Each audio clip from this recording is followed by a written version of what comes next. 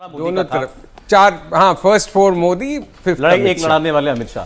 भाई कोई और कारण हो ही नहीं सकता अगर इस तरह के नंबर सही निकलते हैं तो। बाकी तो फिर सब उसका इलैबोरेशन है, उसमें अलंकरण है, बाकी सब। सर आपके इस पर छोड़ रहा हूँ, एक पॉइंट में आप जेपी नड्डा जी को भी रखिए राष्ट्रीय अध्यक्ष को। मैं नहीं, वो चलिए आपका सम्मान करते हो। और संगठन तो पूरा काम करता ही है, लेकिन अमित शाह के चुनाव लड़ने की जो क्षमता है और ऊर्जा वो लगाते हैं बियॉन्ड इमेजिनेशन।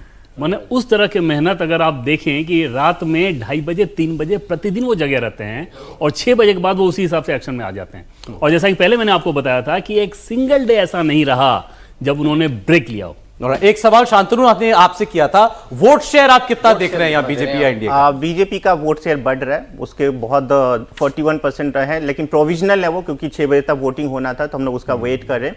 हमने अपनी टीम को बोला है कि उसका अपडेट कर दिया, उनको भेज दे। हमने वैसे प्रोविजनल वोट भेज दिया था, तो 41% का आसपास बीजेपी का अपना वोट, 37 से बढ़ के 41% बीजेपी वोट। उसके लिए बहुत बड़ी वजह जो बड़े राज्यों हैं, जैसे तमिलनाडु में बीजेपी का वोट शेयर बढ़ रहा है, बंगाल में वोट शेयर बीजेपी का बढ़ रहा है, केरला में बढ़ रहा है, उसके बाद आप देखेंगे उड़ीसा में बढ़ रहा है, तेलंगाना में बढ़ रहा है।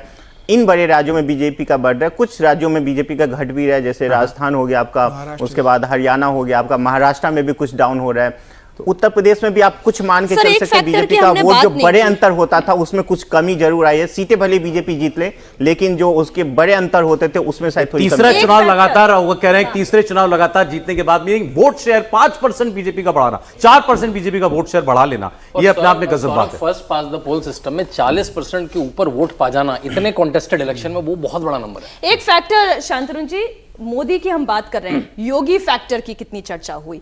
योगी का चेहरा उत्तर से लेकर दक्षिण तक, पूरब से लेकर पश्चिम तक हर जगह प्रचार करता हुआ दिखाई बिल्कुल। अगर नरेंद्र मोदी ने 200 से ज्यादा रैली और रोड शो करी है, तो योगी आदित्यनाथ ने भी 200 से ज्यादा, बल्कि उत्तर प्रदेश के सांसदों के पास गया तो उनको ये सबसे ज्यादा एक गुमान था कि भाई योगी जी को बाहर इतना क्यों भेजा जा रहा है, वो हमारी सीट पे क्यों नहीं आ पा रहे। जबकि फिर भी वो अपनी सीट पे गए।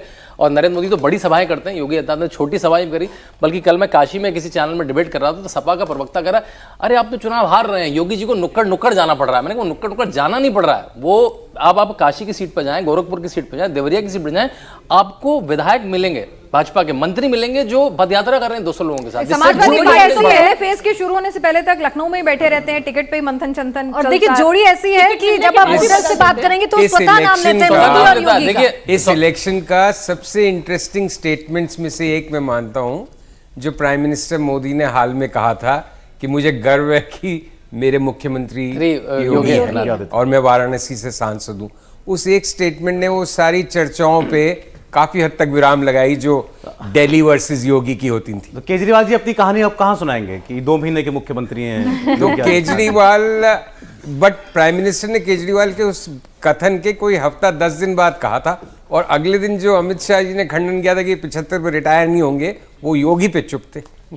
योगी का क्या है ना कि नहीं, मतलब चूंकि आपने केजरीवाल की बात छेड़ी। देखिए मंचों कौन सी खबर पढ़नी है और कौन सी जो नई खबर छपी वो बतानी है। अगर मंचों से नरेंद्र मोदी ने किसी अपने मुख्यमंत्री की इतनी जोर से तारीफ करी कभी नहीं, तो वो योगी आदित्यनाथ है। चाहे वो एक टर्म दे दिया, योगी प्लस मुझे लगता है योगी उपयोगी।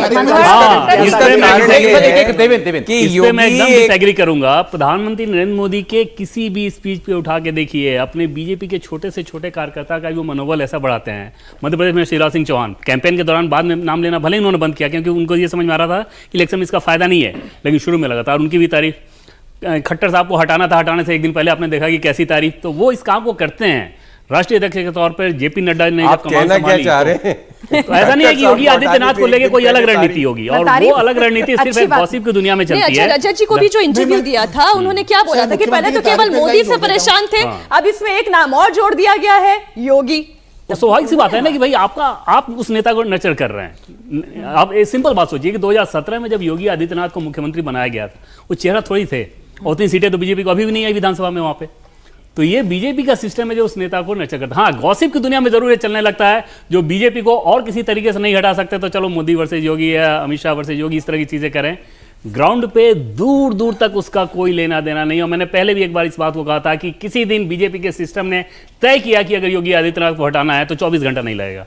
सर मैं एक लाइन जोड़ देता हूँ सर, एक तारीफ को लेकर जोड़ देता हूँ। ये तो केजरीवाल गुजरात के अंदर प्रधानमंत्री नरेंद्र मोदी गए थे, तो प्रधानमंत्री मोदी ने विजय रूपाणी जब मुख्यमंत्री थे तारीफ में कहा था कि जो मैं गुजरात में काम करके गया हूँ उसको बहुत तेजी से आगे विजय रूपाणी बढ़ा रहे हैं, और मुझे लगता है कि मैं ऐसे बेहतर मुख्यमंत्री साबित होंगे।